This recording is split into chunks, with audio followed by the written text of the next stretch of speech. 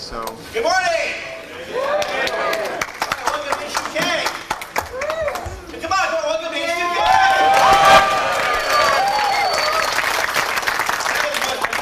I am not Emmanuel Goldstein, although I have played him on television a few times. Emmanuel is asleep right now. The pro that he is, he was up all night putting the final touches on Freedom Downtime, which will of course be aired tonight at 7 o'clock. I am looking so forward to that movie. It's going to be so cool. He spent the last 2 years of his life roaming around the country, the world, the universe, making interviews and checking out situations that you guys will all be informed about later tonight. My name is Mojo. If you see me have any questions, you can ask me. I'm helping him run this thing this weekend. I guess the only real request I have is please respect the hotel. That especially means the payphones, okay? Let's leave those little payphones all to themselves, because you know what? It's hard enough to get a hotel in the middle of New York City for you guys to run this thing, as long as the hotel staff is happy, doesn't see anything freaky going on, no pun intended. And I'm sure they'll be happy to invite us back for future cons. So, I guess that's about it. How many of you are the first time in New York City? Quite a few. All right, well, do yourselves a favor. Don't spend the whole weekend in the hotel, okay? See a few of the sites. This is New York City. You can just wander a few blocks from the hotel and you'll find all kinds of cool things. There's also a lot of good electronic stores, but do yourself a favor. Don't pay any more than half of what they tell you it costs. That's your best rule here in New York. All right, we're going to get things started with Scott Blake from Racer. He's going to talk to you all about the pros and cons of working for the man. Let's have a nice warm welcome for Scott. I'll see you later.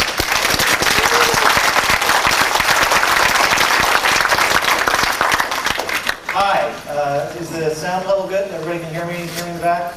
Yeah? Okay. Good. Yeah, we're going to try to avoid feedback by staying away from the speakers.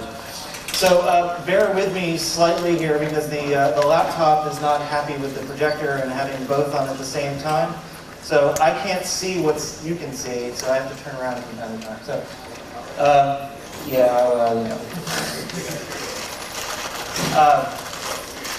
so this is just a quick outline of what we're going to talk about. And I like to keep these things very informal.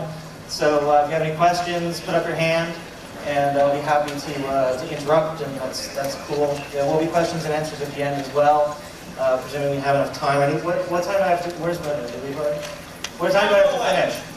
I have to finish at 11 or a little before? 11. Okay. Okay, that's a bad spot. Okay. So the outline is, who am I? Who is the man? For those of you who don't know, which is probably a few. The pros of selling out, the cons of selling out, and living with the man. Not in your own apartment or house or whatever per se, but sort of an ongoing relationship that you may wish to pursue, and then we'll wrap it up. So this is me, Scott Blake, as you saw, and as I was so graciously introduced. I'm the manager of the Razor team, which is a security research team for Bindoo Corporation, which is based in Houston. And it's a team of folks, probably not all that unlike yourselves, who break stuff for a living, find new and interesting ways to subvert and create security, both. I'm also a sociologist, using that term somewhat loosely. I did quite a bit of graduate work in that field and didn't, thanks. Don't have a PhD, but I do have a master's degree, so it's sort of a sociologist.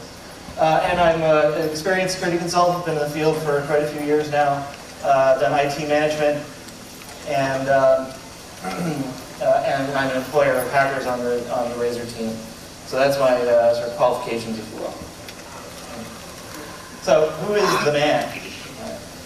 Those of you who have a couple of gray hairs probably already know who the man is. Some of you who don't have any gray hairs may not. But it's a term for the establishment, basically. It's corporate America, the government. Universities are an interesting question, which is why I have the question mark on there. Some people don't consider universities to be part of the establishment, although that's a fairly debatable point. When you start thinking about where a lot of the money comes from and who they're sort of beholden to. If you spent any time in academia doing graduate work, for example, you start to get a sense that it really is part of the establishment. So they may try to tell you otherwise, but don't believe it. It's still you're still working for the man. So it's pretty much everybody. We could make a couple of exceptions if you happen to be lucky enough to be a full-time employee of, say, 2600, possibly something like the EFF, the Electronic Frontier Foundation, one of those places that's really trying to do good work and doesn't have the profit motive involved. You might be able to make a case for it, but even in those cases, you have to play the game to a certain extent. So basically, working for the man means collecting a paycheck regardless of who you're getting it from. So which man do you want to own your soul? Okay? Because that's essentially what you're doing. When you go to work for corporate America, you are selling your soul for some limited period of time, preferably for some large amount of remuneration, but not always, depending on the circumstances. So you want to think about what kind of work that you want to be doing. It has put up a couple of examples here. There are plenty more. These are the kinds of things that you would most likely be attracted to. Consulting is big right now. There are two startups that probably a lot of you have heard of. H2K, which absorbed the Loft. There are some representatives around here. I don't know if there's anybody in the audience. Probably was floating around earlier. But that's selling out. That's working for the man. And consulting is a growing area. There is a Forrester research report a couple of years ago that said it was going to be the next big thing, and so everybody wants to get into that now. I don't know if you guys are familiar, this market analyst. If you haven't been working for a little while, you may not be aware of market analysts. It's a really interesting thing. Forrester, IDG, Gartner Group, there's a whole bunch of them, and they're very highly respected. They get quoted all the time in all the press, and they say, what's going to happen next. And everybody believes them. That's the funny part, really, about it, is that all they have to do is say something, and everybody goes, oh, that must be what? That must be it. And so, as I said a couple years ago, they got together and said that there's going to be, security consulting is going to be a big market in the next few years, and so now everybody wants to jump into that. The other one that's sucking up a lot of folks, not unlike yourselves, is a company called Guardant, which is another security consulting company. Probably there are a few employees in the audience, no one I recognize at the moment, but it's sort of an interesting thing too, because At Stake was really playing up the hacker angle, having merged with the Loft and everything, and wanting to be able to exploit some of that brand, whereas Guardant is really downplaying that. Although I think you find, if you start talking to some of the people who work in those places, that they're the same people. They're all friends with each other, and in fact, one of the managing directors of Guardant is, or was until extremely recently, engaged to somebody who happened to work at Stake. So it's it's the same thing, even though it doesn't always appear that way on the surface. It's all the man.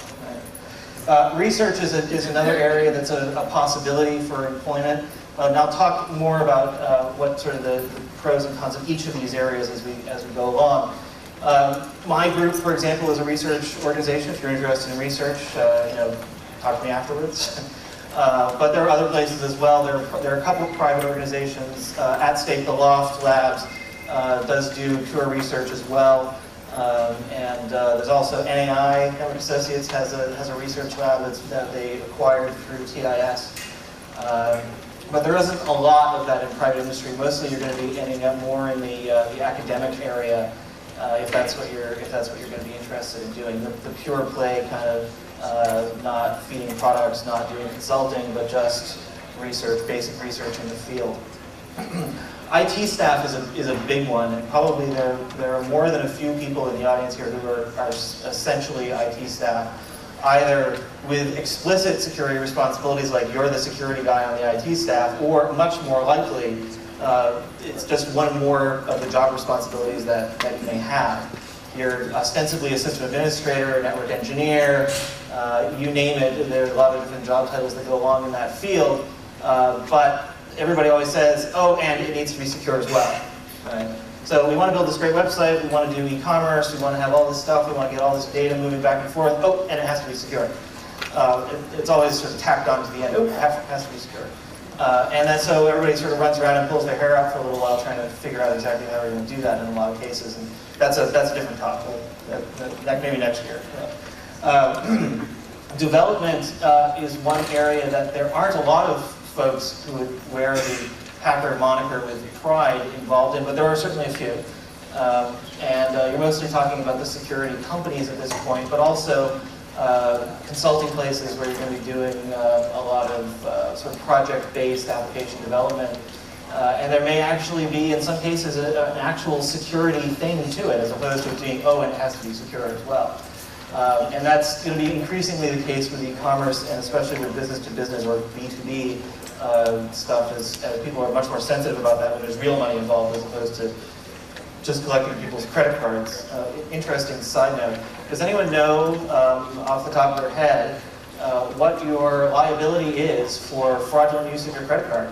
$50, exactly right. Okay, so I don't know about you, but I'm perfectly happy to use my credit card on the internet, and I don't really care if anybody picks it up. Right? Why do I care if maximum liability is 50%, and in practice, what that means is it's only 50% if the credit card company can't actually show that it's fraudulent. So if I actually went out and bought something that was not necessarily tangible, and wrote a letter to my credit card company saying, hey, I didn't buy this, that wasn't me, fraudulent use of the credit card, they will, chances are, charge me $50 for it, which is in turn fraudulent use of the credit card. But that's neither here nor there, because the credit card companies don't really care because they can write it off. As long as it's kept to a reasonable level and isn't having a really major detrimental effect on the bottom line, it's just a tax write-off for the credit card companies too. This is why, for those of you who didn't already know this, credit card security is so incredibly bad in all ways. Okay? I mean, forget about the internet. You know, go to a restaurant and charge your dinner, and the receipt goes out to who knows where, right? So dumpster diving, we're all familiar with it, sort of passé now, I guess, to do that kind of thing, but it's still extremely effective. That's, nobody cares. Tax write-off for the company, very limited liability for the consumer. So, anyway, side note there. But there are other possibilities also for different faces of the man that you may choose to work for that will have different specifics to them, but we're not going to really cover those too much today. So the pros of selling out. You've decided what you want to do. You want to go do research. You want to go do consulting. You want to go work in an IT staff someplace. They're going to pay you money. That's the whole point of the thing in the first place, right? As well it should be, because you're not basically going to get a heck of a lot else. There are going to be a few other pros that we're going to hit on, but compared to the money, and in some cases the stock options if you happen to get lucky, although I don't know if you all know, 9 out of 10 startups fail. That has nothing to do with the internet, but that is the statistic. So you have roughly a 1 in 10 chance of making any money off your stock options, much less making a killing off of them. I did an internet security startup a couple of years ago and was extremely lucky to basically get a car out of the deal. Because basically the new car was about the payoff I got. I was hoping for like a house and a boat, but the car, not bad. Good consolation prize. So stock options are definitely something that you need to consider. And the terms of the agreements as well, we'll come to that in a little bit. Benefits like health insurance, that's always convenient. As some of you grow up a little bit and start to maybe get married, have kids, perish the thought, I know, but health insurance will become extremely important later on in life, I can assure you that. Okay? Business cards, they're kind of cool. They're, they can do, especially if you have a really liberal company, you can get cool job titles on them or additional logos. This is mine, right? We have the BindView logo at the top, which you can't see, but there's also the Razor logo underneath, right? So we have it's both. They're special. Nobody else has this subdivision logo in their business cards, right? So it's a mark of pride. And even better, you can sometimes get a cool job title put on your business cards, which can be a real mark of pride when you're going to something like H2K and hand them out as you're networking and trying to meet other people. You can put cool things on there like super genius. I have a friend who has that on there. It's really good. Another one that's a little bit more subtle, and we'll see who laughs on this one, Occam theorist. Okay, yeah, got a couple of those. A couple people get it. Okay, Occam's razor, right? The razor team. Okay, good. All right, good. So business cards, you laugh, but it's an important benefit. Perquisites are less common in this country.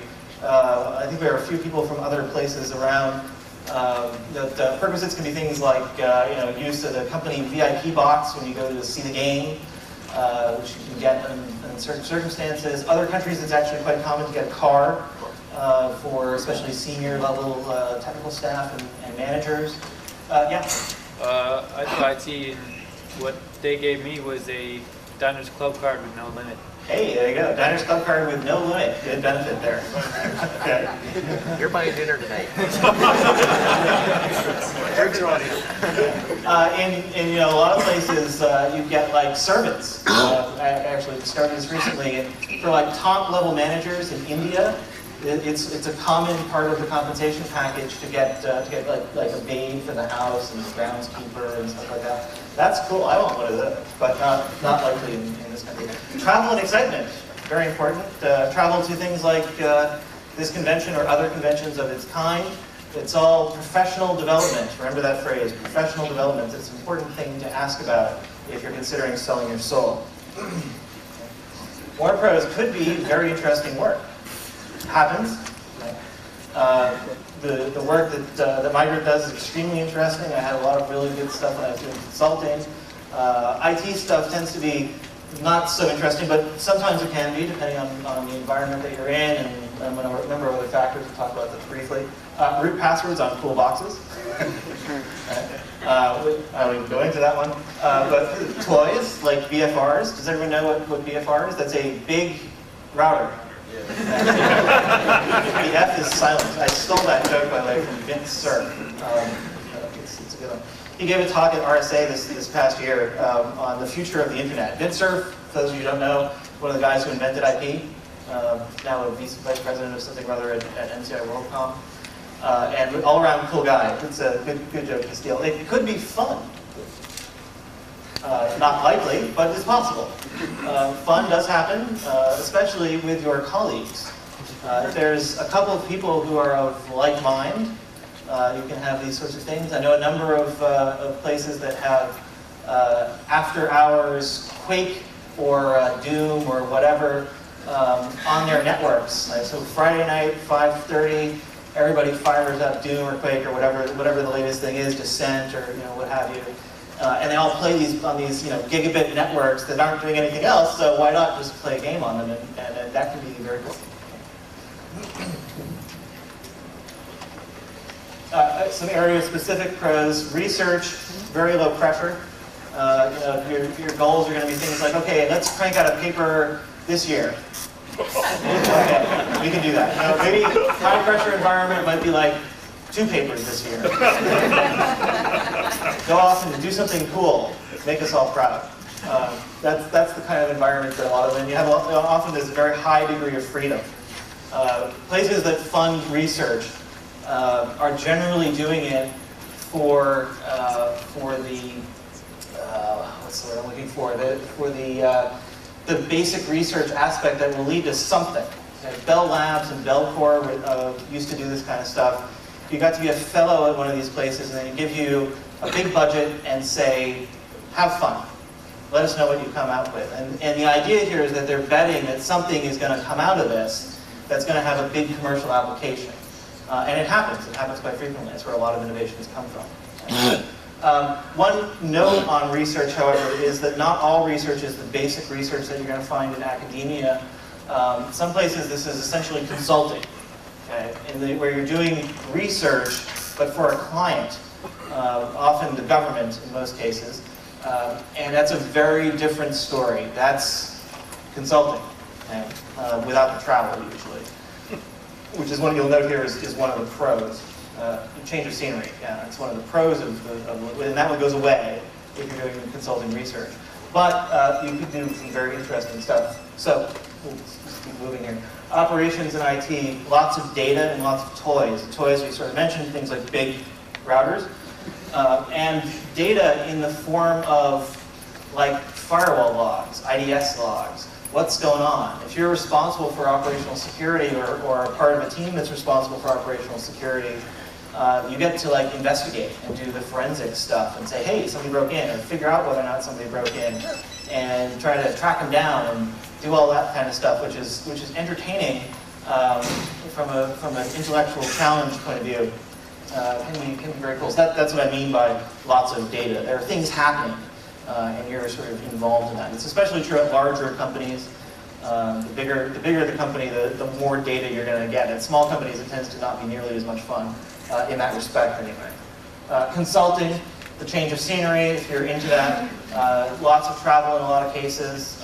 Not necessarily if you're doing more researchy kind of things, but can be very high travel, which is also one of the cons I should probably mention.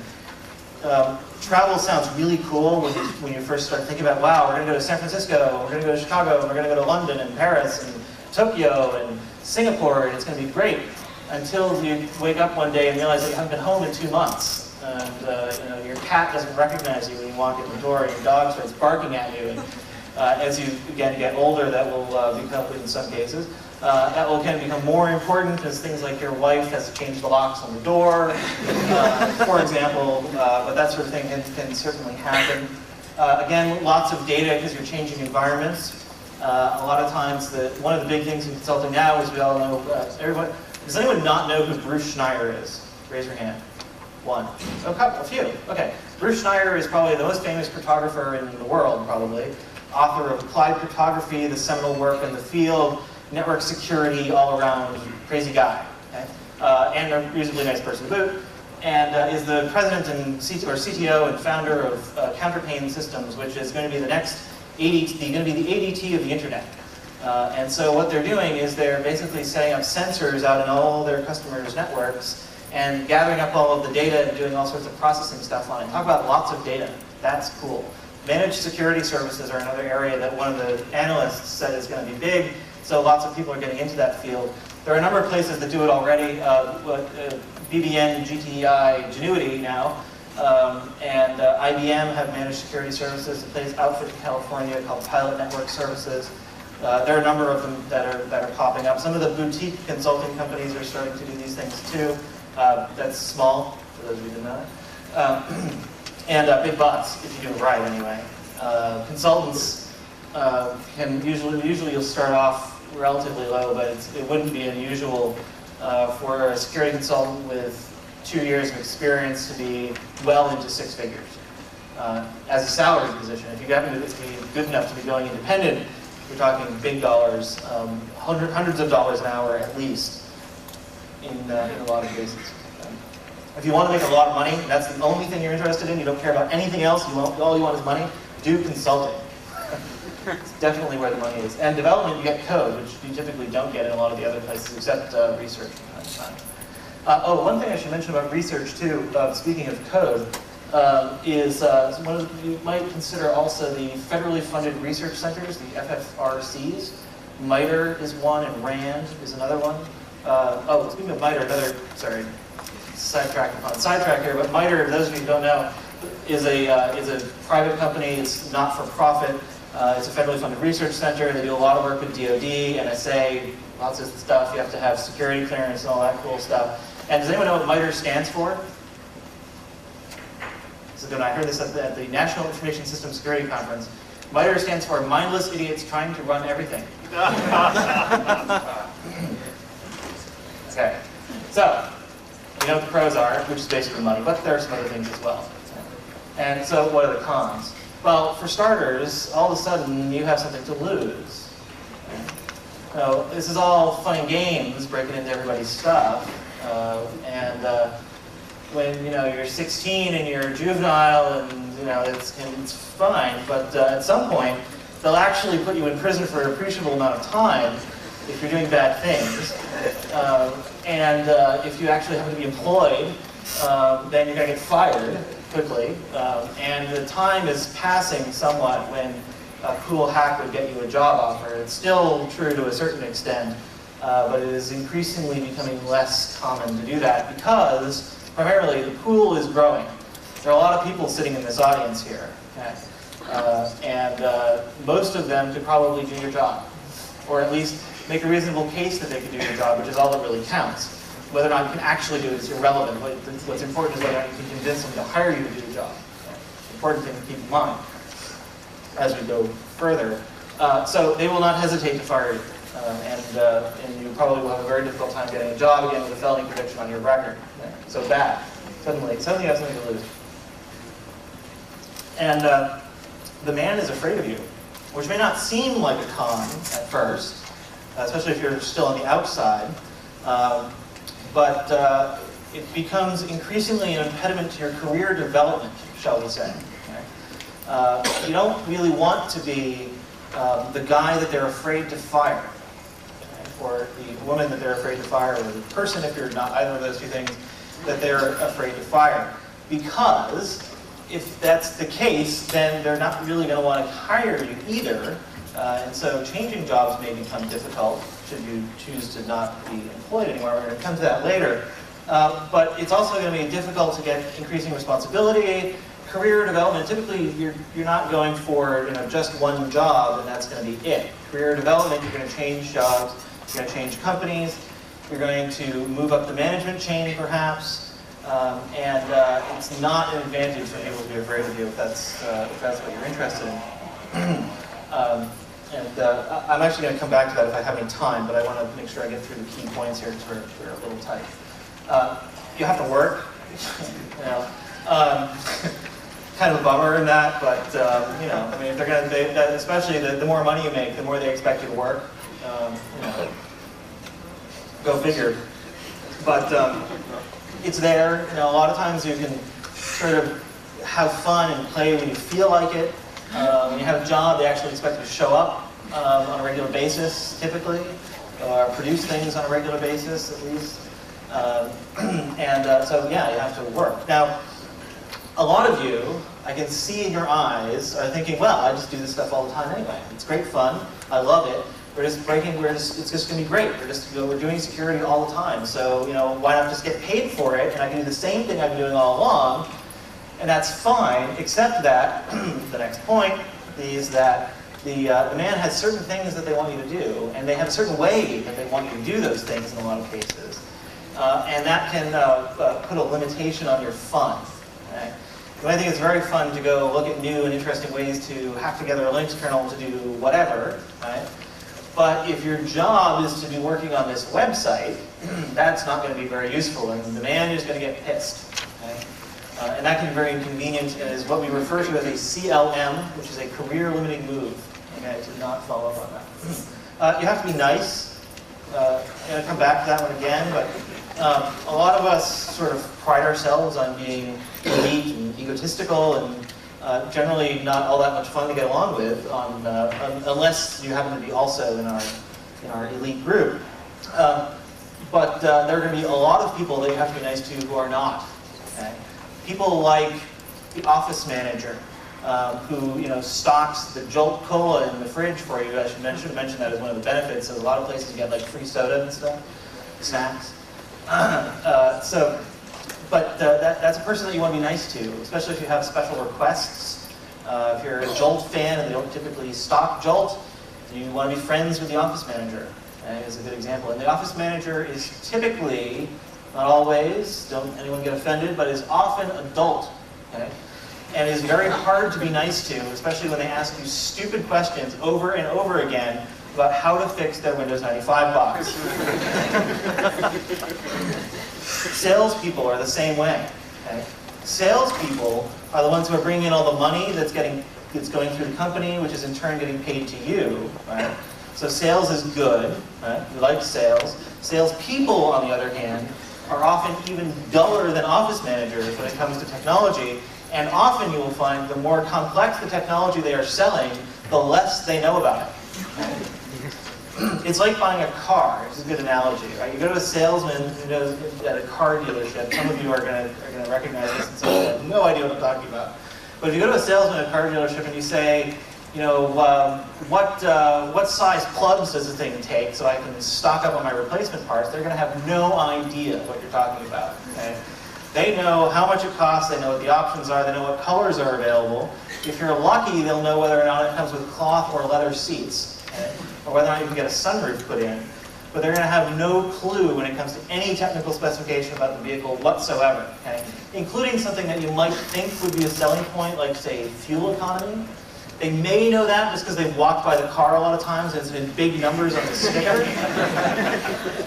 But that's the only reason that they're going to know, is it just happened to sort of osmosis into their brain, osmosize, whatever. So being nice to people who are, and I hesitate to say stupid, but technologically challenged, will prove difficult and is an important part of working for the man. Our no presentation would be complete without alphabet soup. So here are our three-letter acronyms, IPA, NDA, and NCA. That's Intellectual Property Agreement, Non-Disclosure Agreement, and Non-Compete Agreement. Okay? All of which you will have to sign in order to get a job with almost anyone. In some form or another, they may be combined. There may be the Omnibus Employment Agreement, which will include all of these things. Pieces of them may be embedded in the stock option agreement, which you'll also have to sign. But there are a couple of things that go on here. First of all, the IPA, the Intellectual Property Agreement, says that everything that you do for the company is a work for hire. Right? What is work for hire? Work for hire is something that you do that the company owns. Okay? There's been, interesting side note again here, just as an example, there's been a lot of pressure from the recording industry of America, right, to get music, songs, defined as works for hire. Why? Because then, if an artist who's under contract for the record company writes a song, creates a song, the record company owns it. And the artist has zero rights to anything about that goes on with that song, ever. Okay? Are you sure? Somebody says it's already passed, but I'm not sure. And I'm not sure that it'll pass muster in the courts either. Because there's a long story there. I don't want to go into that side note. However, code is absolutely a work for hire. Any code you write while in the employ of a company will be considered a work for hire, and you have zero rights to it. Okay? Your compensation is the compensation for the work that you are doing, and that's it. End of story. You can't put it up on your website and give it away for free. You cannot develop it later. You cannot distribute it to anybody outside the company who is not equally constrained by these contracts, et cetera, et cetera, et cetera. Okay? Now, some companies will have intellectual property agreements which are considered to be extremely liberal, in that if you do work, okay, that is not done on company systems, company time, and is not derivative of the work that you are doing for a living, you might be allowed to keep. Maybe. Depending on how the IPA is structured and how good your lawyer is. Okay? Most companies, however, define that basically anything you do which is even remotely related to the work that you're doing belongs to them regardless of when you do it. If you go in on a 2-week vacation and spend 5 days of your 2-week vacation writing a piece of code to do whatever, if you are a developer, chances are that piece of code belongs to the company that you were employed with. Okay? It may be the case, even in some cases, if you were to write, say, a novel that's about hackers, right? And you're employed as a security professional. Okay? The intellectual property agreements could be interpreted by a court, and there would be a lawsuit, to say that the company owns that too. Okay? It's directly derivative of the work that you're doing. The case can be made. Okay? So intellectual property agreements are, I like to call them fascist. And we have questions. Yes? On that note that you're speaking there is, a good point of view is, if you're going to do anything, write a book, do any code, even if you're not a developer, talk to the company firsthand, get it in writing before yourself. You've come to my next point. Thank you very much. The point was made that if you're going to do something that is outside of your job responsibilities, like write a novel that's about hackers or something, talk to the company ahead of time. Most of these things will have a provision in them that written permission can be given for certain things to be done that are outside the purview. And I'm running short on time. I'm sorry, I know I said interrupt me with questions. Hold your questions to the end though, because I got to get through the rest of the stuff before I run out. Sorry. Intellectual property agreements. Read your intellectual property agreement before you sign it. Good idea. And if you have a lawyer, run it by your lawyer first too, especially if you're doing something that's a creative work, like writing code or creating things in general. Non-disclosure agreements are pretty straightforward. It's that you can't tell anybody about anything that you do. There are caveats to that. Obviously, some things are considered confidential, some things are not considered confidential. When in doubt, ask your supervisor, because it may or may not be clear immediately what's going on. But as a rule of thumb, before you disclose anything to anybody, you should be sure that you are allowed to do that as a rule of thumb. Non-compete agreements are great fun, and they're really interesting. And unfortunately, there isn't much case law on these yet, so we don't really know how it's going to play out. But the non-compete agreement that you will be asked to sign, or have signed in many cases, I'm sure, says something like, you cannot work in the field that you are currently employed in for anyone who is a competitor, usually very, very broadly defined, without waiting 1 year, often 1 year. So just think about this for a second. Say that you are writing code security software, just as an example, and you're working for one company, say it's a firewall, you're working on firewall software, right? And you want to go work for this other company that does intrusion detection systems, right? Very different kinds of technologies, very different kinds of things that you're going to be doing. Nevertheless, chances are that your non-compete agreement would apply. Okay? That you would, in fact, be contractually barred from doing that. Now, in point of fact, everybody ignores non-compete agreements. Everybody ignores non-compete agreements. They can, however, be used in certain cases for senior people primarily, to block them or to make noise for the company, but it may prove to be a limiting factor in getting the offer in the first place. Right? So non-compete agreements are nasty, and often may require you to make more dramatic changes than you would otherwise want to make. And you absolutely cannot go directly from one company that directly competes to another company that directly competes. So if you work for Checkpoint working on Firewall 1, you cannot go to Network Associates and work on Gauntlet, right? Or Accent and work on Grafter, or whatever it is. Commercial firewalls, not going to happen. Okay? And you will almost certainly get sued, especially if you have any knowledge of how the thing works. And the company that you're working for will probably get sued, which will probably preclude them from offering you a job in the first place. Right? So, read the contracts. Maybe hard to get respect, especially for the younger folks in the audience here. You may find that even though you have the technical ability of the rest of the development staff combined, or the rest of the IT staff combined, who undoubtedly have more years of experience in the industry than you are years old, okay, possibly each, okay, they don't care. You are the kid. Okay? And that will hold true probably sometime into your mid to late 20s, right, for those of you who aren't there yet. I can speak from experience. I'm 28 years old, and I'm still referred to as the kid in a lot of circumstances, mostly by guilt by association in my case. But that's a hurdle that may be difficult to get over depending on the environment. But most environments, corporate America and government, that's going to be a major hurdle for you to deal with. And is a major drawback. So, Big Brother, probably you don't know this, or maybe you do. Data that's on a corporate system, a system that's, the owner of a box owns the data on the box, okay, by default in case law, right? So that includes things like your emails that are sitting on the server, right? The company has every right in the world to investigate that stuff, and every right in the world to observe every keystroke on your company-owned system at all times. Okay? That's been supported quite strongly in the courts. There is a gray area for machines that are provided by the company for home use. There's a case pending now with some Northwest flight attendants that were fired for, to make sure I get the stories right here, that were fired for conspiring to have a sick out, which itself may or may not have been illegal, and there's another issue, separate issue, but we're sending back and forth emails that were using the systems that the company had provided to them for home use.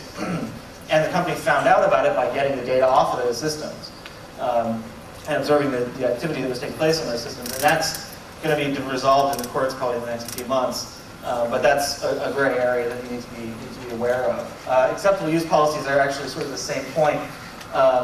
There's a lot of things that you can't do with the system. like, say, port scan somebody, that's probably going to be a violation of somebody's acceptable use policy. Pinging them may also be a violation of acceptable use policy.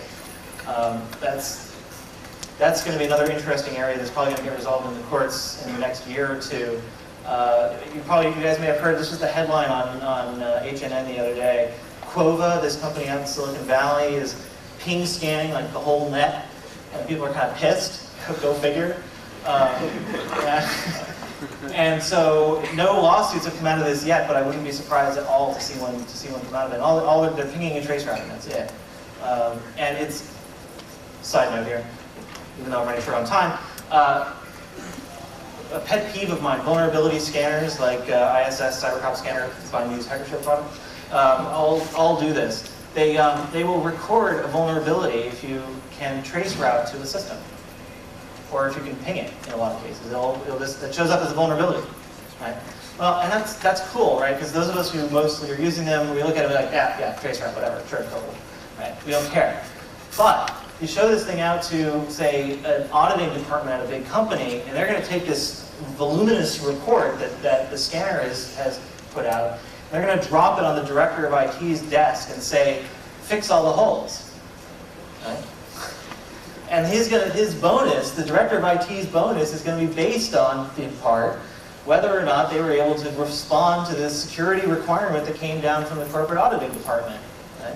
And that sucks, because there's going to be this big percentage that are just not useful checks that they're going to get docked on. But so that's off hours. This is an interesting one, and sort of ties back to the intellectual property agreement. Is there an off hours? Somebody said no. It depends on who you're working for, what area that you're working in. But the trend in the new economy is no. The trend in the new economy is definitely that all hours are on hours. Area-specific cons. Research can be a very slow pace for a lot of people. Like I said, your goal may be, okay, we're going to turn on a paper this year, and that may not be enough stimulation to keep some people going. It depends on how self-motivated people are. And the pay is typically low in academia, but you get your summers off, sort of. You get a lot of other benefits, but it's often lower pay. That's less true in the private sector. Operations, if you're the guy whose pagers goes off at 3 a.m. when the IDS does its thing, then guess what? You have to wake up and find out what's going on, and that sucks. Okay? I've been the recipient of pages at 3 o'clock in the morning. I see some heads nodding around here. It sucks. Okay? And it's often a rotational thing. If you're lucky, you get paid for that time, but only if you're lucky. And if you're really lucky, you get paid for when the pager goes off. Okay? But that's very rare. Yeah. Being an exempt employee. That's right. Salaried employees are exempt. You can't unionize. You can't. We're not going to go there. Okay. You're going to start on my socialist roots. We're not going to go there. All right. It's also a thankless task. IT staff no one ever will go up to the IT staff and say, "Nice job, way to go. We had 99.9% uptime this year, and that's awesome." No one will notice. They only notice for things you break. Okay? And some of you already notice. Consulting, tons of travel. The change of scenery was a pro. The tons of travel is a con. I've mentioned a little bit about why that's the case.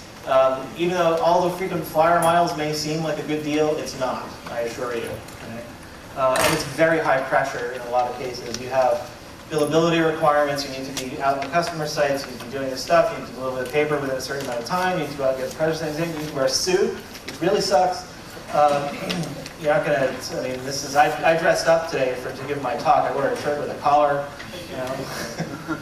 research is good, shorts and ripped jeans and t-shirts and whatever.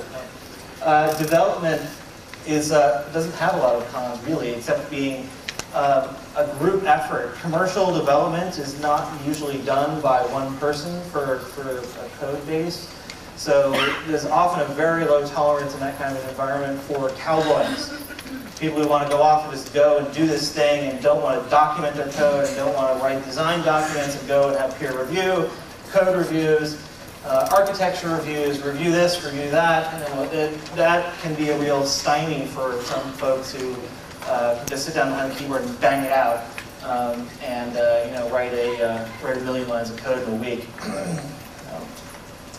Okay, living with the man. We're running very short on time, 5 minutes, so I'm going to pick up the pace a bit here.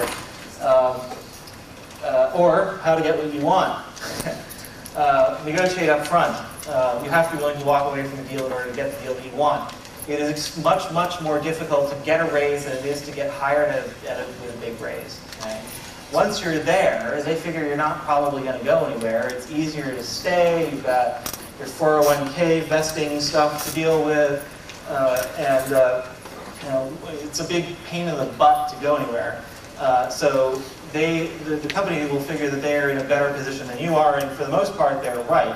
So negotiate up front, get as much as you can up front, get the stock options up front too. Some places won't grant stock options after you're already hired, which is sort of bizarre, or at least until you're near the end of your vesting period or something like that. Even if you've gotten a big promotion, sometimes they won't do it, and that can be very inconvenient. So you want to do that. The last 2 points, be honest and communicate. Sort of go to the earlier one about being nice.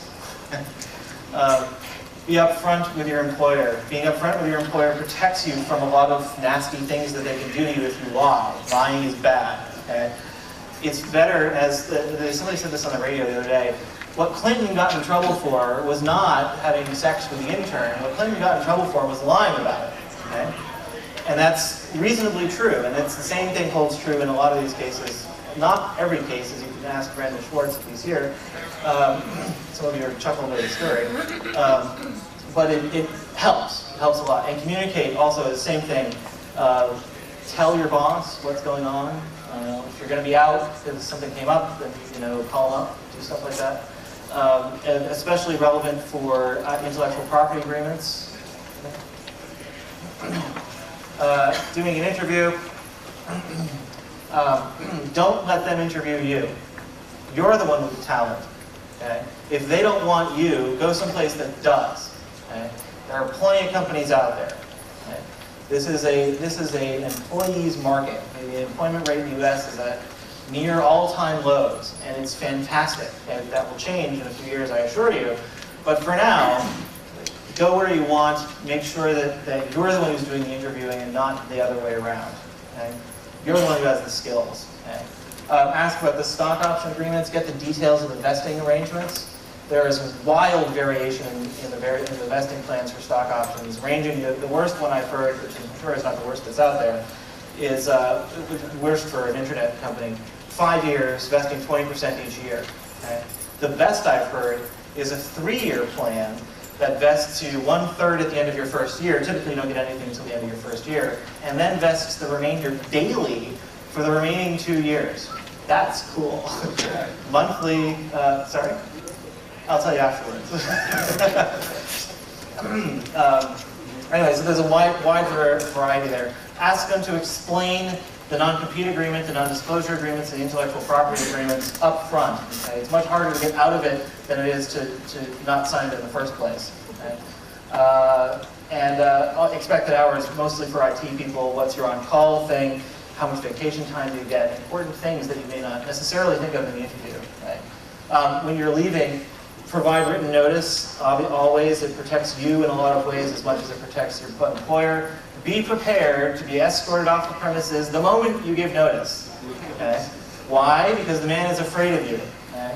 And it is policy at a lot of companies for anybody who's in a security-sensitive role to immediately be escorted off the property by armed guards in some cases. Okay? And don't take it personally. Okay, I put that on there. Be ready for that. You can expect that that's probably going to happen. Okay? At least once. And don't forget that they're afraid of you. Offer to disable your accounts. I actually left one small company that I worked for a while, and I changed all the root passwords before I left because I didn't need that kind of temptation. Okay, so here we are wrapping up, and we're out of time. Why sell out? You should do it for the money. If you're not doing it for the money, you're an idiot. Okay? You're giving up your soul for some period of your life. Okay? And you're doing it for the money and the benefits and so forth. If you think that you're going to do it to change the world, you're deluding yourself. Okay? You're never going to change the world by working for the man. No one ever does, and you're no exception. Okay? And if you want to actually get the money, then you need to be careful and not throw it away. Don't do anything stupid, right? And it's better, by the way, to not do something than it is to think that you're not going to get caught, and that you're going to get away with it. Don't think, unless you're working at a very small company, that you know all of the security measures and all of the security people. Okay? You don't, I assure you. Especially, and the larger the company it is, the more true that is. Okay? So, be careful. And if you want more money, be more professional. Work on your communication skills. Work on your writing skills. Be nice to people. Okay? That is how you move up the ladder. Getting better at your technical skills does not move you up the ladder. Okay? Getting more political connections moves you up the ladder. Being able to make a presentation to senior management moves you up the ladder. Okay? Communication skills and writing skills. Work on your spelling, for God's sakes. Spelling on the internet is atrocious. You should all go back to school. Okay? Which is another point, actually. Finish school if you can, by any stretch. A lot of people will try to get hired out of colleges. Talented people will often try to get hired out of colleges, sometimes high schools. I've done this, so I'm guilty as charged. However, I also have as an offer to go with that tuition reimbursement, encouraging and giving people the time that they need in order to pursue their degrees. Ask for that kind of stuff because it's extremely important that you finish your degree. Everybody should finish at least one undergraduate degree. It will serve you in good stead for many years, I assure you. Okay? If you can do a graduate degree in any field, do it. I have a master's in sociology, right? And it has served me very, very well in my career as in computer security. So, thanks for coming, and I'm sorry that we ran out of time. So, if you have questions,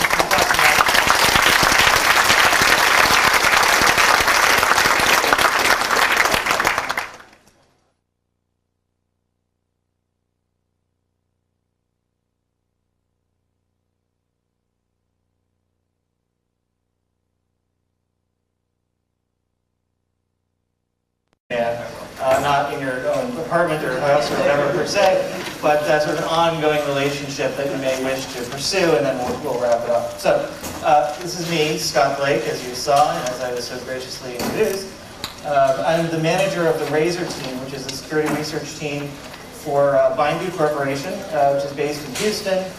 And it's a team of folks, probably not all that unlike yourselves, who break stuff for a living, find new and interesting ways to subvert and create security, both. I'm also a sociologist, using that term somewhat loosely.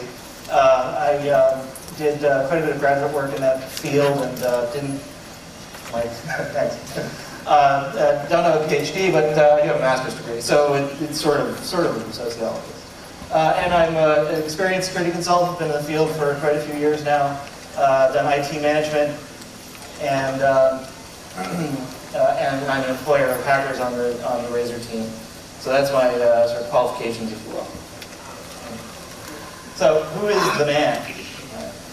Those of you who have a couple of gray hairs probably already know who the man is. Some of you who don't have any gray hairs may not. But it's a term for the establishment, basically. It's corporate America, the government. Universities are an interesting question, which is why I have the question mark on there. Some people don't consider universities to be part of the establishment, although that's a fairly debatable point when you start thinking about where a lot of the money comes from and who they're sort of beholden to. I don't know if you guys are familiar with the market analyst. If you haven't been working for a little while, you may not be aware of market analysts. It's a really interesting thing. Forrester, IDG, Gartner Group, there's a whole bunch of them, and they're very highly respected. They get quoted all the time in all the press, and they say, what's gonna happen next. And everybody believes them. That's the funny part, really, about it, is that all they have to do is say something, and everybody goes, oh, that must be what? That must be it. And so, as I said a couple years ago, they got together and said that there's going to be, security consulting is going to be a big market in the next few years, and so now everybody wants to jump into that. The other one that's sucking up a lot of folks not unlike yourselves is a company called Guardant. which is another security consulting company. Probably there are a few employees in the audience, no one I recognize at the moment, but it's sort of an interesting thing too, because At Stake was really playing up the hacker angle, having merged with Aloft and everything, and wanting to be able to exploit some of that brand, whereas Guardant is really downplaying that. Although I think you find if you start talking to some of the people who work in those places that they're the same people, they're all friends with each other, and in fact one of the managing directors of Guardant is, or was until extremely recently, engaged to somebody who happened to work at Stake. So it's, it's the same thing, even though it doesn't always appear that way on the surface. It's all the man. Right? Research is another area that's a possibility for employment. And I'll talk more about what sort of the pros and cons of each of these areas as we go along. My group, for example, is a research organization. If you're interested in research, talk to me. I guess that's about it. How many of you are the first time in New York City?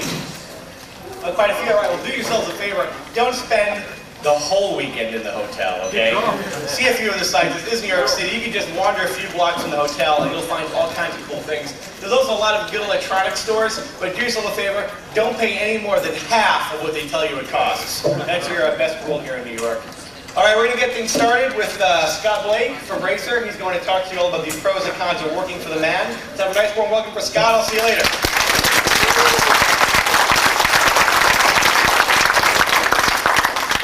Hi, is the sound level good? Everybody can hear me in the back? Yeah? Okay, good. Yeah, we're going to try to avoid feedback by staying away from the speakers. So bear with me slightly here because the laptop is not happy with the projector and having both on at the same time. So I can't see what you can see, so I have to turn around from time to time. So,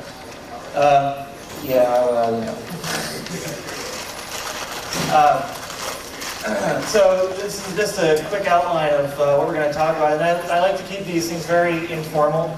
So if you have any questions, put up your hand, and I'll be happy to interrupt, and that's cool. There will be questions and answers at the end as well, presuming we have enough time. What time do I have to, where's Linda? Did we vote? What time do I have to finish? I have to finish at 11 or a little before? 11. Okay. Okay, that's a bad spot. Okay. So the outline is, who am I? Who is the man? For those of you who don't know, which is probably a few. The pros of selling out, the cons of selling out, and living with the man.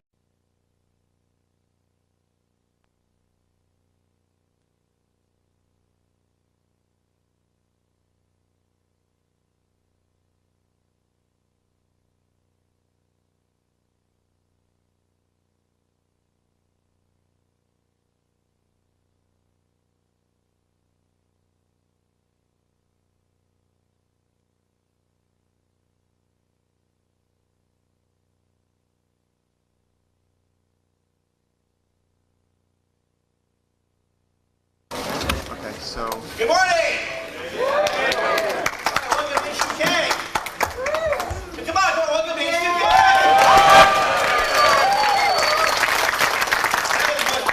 I am not Emmanuel Goldstein, although I have played him on television a few times. Emmanuel is asleep right now. The pro that he is, he was up all night putting the final touches on Freedom Downtime. Which will, of course, be aired tonight at 7 o'clock. I am looking so forward to that movie. It's going to be so cool. He spent the last 2 years of his life roaming around the country, the world, the universe, making interviews and checking out situations that you guys will all be informed about later tonight. My name is Mojo. If you see me have any questions, you can ask me. I'm helping him run this thing this weekend. I guess the only real request I have is please respect the hotel. That especially means the payphones, okay? Let's leave those little payphones all to themselves, because you know what? It's hard enough to get a hotel in the middle of New York City for you guys to run this thing. As long as the hotel staff is happy, doesn't see anything freaky going on, no pun intended, then I'm sure they'll be happy to invite us back for future cons. So, spent any time in academia doing graduate work, for example, you start to get a sense that it really is part of the establishment. So they may try to tell you otherwise, but don't believe it. It's still you're still working for the man. So it's pretty much everybody. We could make a couple of exceptions if you happen to be lucky enough to be a full-time employee of, say, 2600, possibly something like the EFF, the Electronic Frontier Foundation, one of those places that's really trying to do good work and doesn't have the profit motive involved. You might be able to make a case for it, but even in those cases, you have to play the game to a certain extent. So basically, working for the man means collecting a paycheck regardless of who you're getting it from. So which man do you want to own your soul? Okay? Because that's essentially what you're doing. When you go to work for corporate America, you are selling your soul for some limited period of time, preferably for some large amount of remuneration, but not always, depending on the circumstances.